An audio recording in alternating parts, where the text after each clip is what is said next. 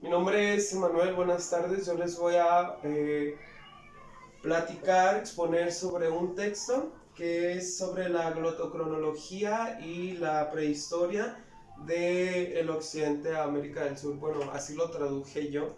Es de la autora Louisa Starr.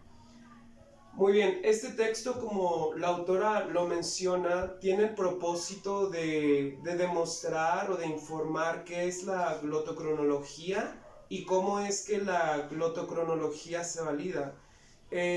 Así como también es llevar a cabo o dar a conocer al lector, a la lectora, dar un acercamiento a un área determinada de parte de la costa del sur de América. Bueno, específicamente algunos países, como por ejemplo podría ser de la referencia que tiene México a Perú.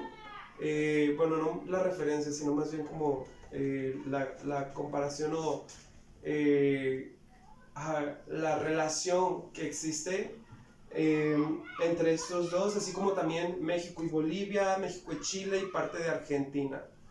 Entonces, ella toma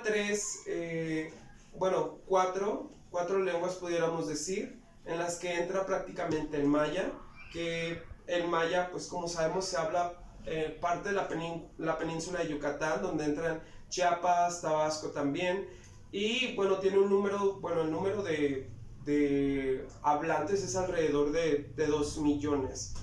Eh, y pues tiene 7 variantes, ¿no? Aparte de esto, que es como donde ella empieza a hacer esta relación, aparte de esta lengua, también está el yunga, el urichipaya y el araucano. Entonces, va desarrollando como ciertos vínculos que existen y que se van dando, ¿no? El primero que ella hace mención es con el maya y el yunga, que el yunga, también conocido como chimu, porque era hablado por la comunidad chimu, pero el yunga era hablado en Perú o en parte de su costa. Por ejemplo, el yunga era hablado como por parte de la costa de Perú y existen ciertas similitudes con una de las variantes del el maya, el protomaya, que viene siendo el chol. El chol que es hablado en Chiapas y como les comento es una de las variantes. Entonces, debido a que se hablaba en Perú el yunga y en el sur de México el chol, que es Chiapas, es por eso que existe este primer link que viene partiendo de lo que vendría a ser el sur de México con el norte de Perú. Entonces, allí vendría siendo el primer link. El segundo link viene a desarrollarse entre el vínculo que existe entre el Urichipaya, que era hablado en parte de algunos lugares de Bolivia, y bueno, el Uruchipaya está constituido, es una lengua constituida por dos, que era el Chipaya y el Uru. El Chipaya se encontraba en el altiplano de Bolivia. Había alrededor de 800 hablantes los que, bueno, hablaban Urichipaya, perdón, el Chipaya, y se encontraba en parte del altiplano. Y el Uro, que es como la otra conformación del Urichipaya, era un grupo más pequeño que los que hablaban el Chipaya. Entonces, el Uro se encontraba a los alrededores del Titicaca, bueno, del lago Titicaca y del Popó, que vendría siendo prácticamente, ¿dónde está? Por acá arribita y por aquí, bueno, espero que puedan ver mi mano, y por aquí al centrito, ¿no? Entonces, la relación que existía aquí era prácticamente la misma, pero en esta ocasión la autora se argumenta en una investigación realizada por un lingüista que se llamaba Ronald Oslund. Este lingüista pasó aproximadamente alrededor de 17 años, bueno, lo dijo ella, 17 años con un grupo chipaya y él estaba desarrollando un trabajo comparativo donde quería demostrar que el Urichipaya tenía un cierto parentesco genéticamente entre lo que es el protomaya, que es prácticamente lo que se habla también en la parte del sur de México, ¿no? O con alguna de las variantes del maya.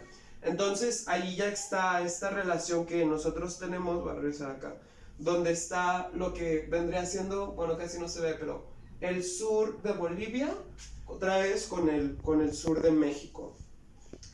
Y ese sería el segundo link. El tercer link vendría a ser ya con una relación entre la parte sur de México, Guatemala, con parte del sur de Chile y colindando en alguna parte con Argentina también. Entonces, la lengua que se hablaba en Chile era el araucano, o también lo conocían como mapuche, que era hablado por alrededor de 50,000 personas en el parte norte de Chile adyacente con Argentina. Y aquí la cuestión de movimiento fue diferente. ¿Por qué? Porque antes de la conquista, los araucanos, no sé si se diga así, pero las personas que hablaban esta lengua se ubicaban al norte de los Andes, más o menos, pero después, como para el siglo XVIII, se extiende un poco hasta Argentina y, o sea, allí ya va ¿dónde está? Ah, no, sí, era aquí, perdón. Entonces, ahí ya va a lo que es prácticamente, bueno, el araucano, hacer esto, colindando aquí ya un poco con Argentina. Entonces, aquí en esta partecita, pues podemos ver, tenemos ya lo que es prácticamente el araucano y lo que vendría a llegarse a relacionar también con lo que es el sur de México. Entonces, ese sería el tercer link del cual la autora escribe. Ahora, algo que se me pasó comentarles sobre el Uruchipaya, bueno, que ya se mencionó, que el Uruchipaya, recuerden, era el de Bolivia, es que las dos lenguas, que es el chipaya y el uro, por las cuales está construido el Uruchipaya, son lenguas que se entienden entre sí mismas, así por así, o sea que son intangibles. Y dice que, bueno, se dice que las personas que hablaban, los hablantes de esta lengua, fueron quienes llegaron a habitar primeramente los altiplanos de Bolivia. Entonces, ahí están los tres links que la autora hace mención de. Y como parte de la evidencia lingüística o lo que ella comenta, es que esas tres lenguas, a diferencia del protomaya, comparten innovaciones que el protomaya no cuenta con. Por ejemplo, bueno, comenta sobre la pérdida de prefijos, características fonológicas y léxicas, que dentro del protomaya, como les digo, pues no se encuentran. Entonces, según la autora, esto lleva a algo que ella dice como protomaya yucha, que es lo que está aquí. Entonces, de este protomaya yucha se divide, pues sí, prácticamente como si fueran dos, que vendría siendo el protomaya, que es el que lleva las variantes, a las variantes contemporáneas de lo que es el maya, las 7 variantes que les había comentado antes, y a los otros 3 lenguas de las cuales habíamos hablado antes, que es el yuca, el uruchipaya y el araucano, ¿no? Entonces, así se da según la autora.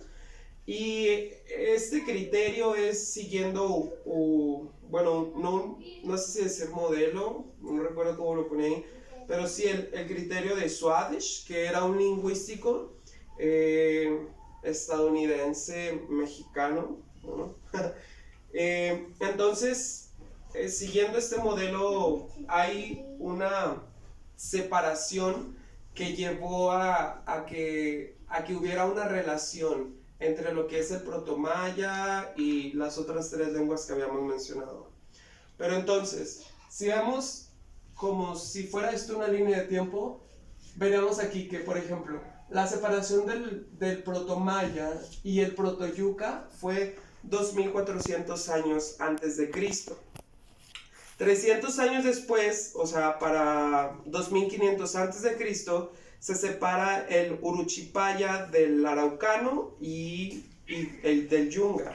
Y 200 años después, para 1900 antes de Cristo, se separa el Yunga del Araucano. Entonces, ¿cómo se obtiene esto? Estos datos se obtienen de, bueno, les voy a explicar. Fue una parte como un poco complicada del texto, pero espero que se las pueda dar a entender. Se toma una lista de 200 palabras de cada lengua para después hacer una comparación y sacar un porcentaje de cognados. Un cognado viene a ser, bueno, es un término que tiene un mismo orden etimológico, pero una distinta evolución fonética. Entonces, lo que pasa es que se toman las palabras y se mide el porcentaje del parentesco que existen entre estas.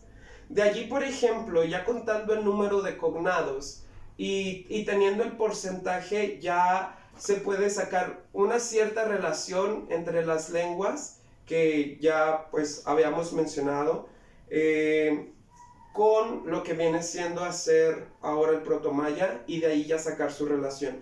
Por ejemplo, entre el araucano y el yunga comparten un 16% de cognados con el uruchipaya. El huracano y el yunga, entre estos dos, es un porcentaje de 17 cognados, y el yunga, que se tomó para estudio como una lengua representante de las lenguas del sur que ya habíamos hablado, y el tzetzal, que se tomó como la representación de una de las variantes mayas.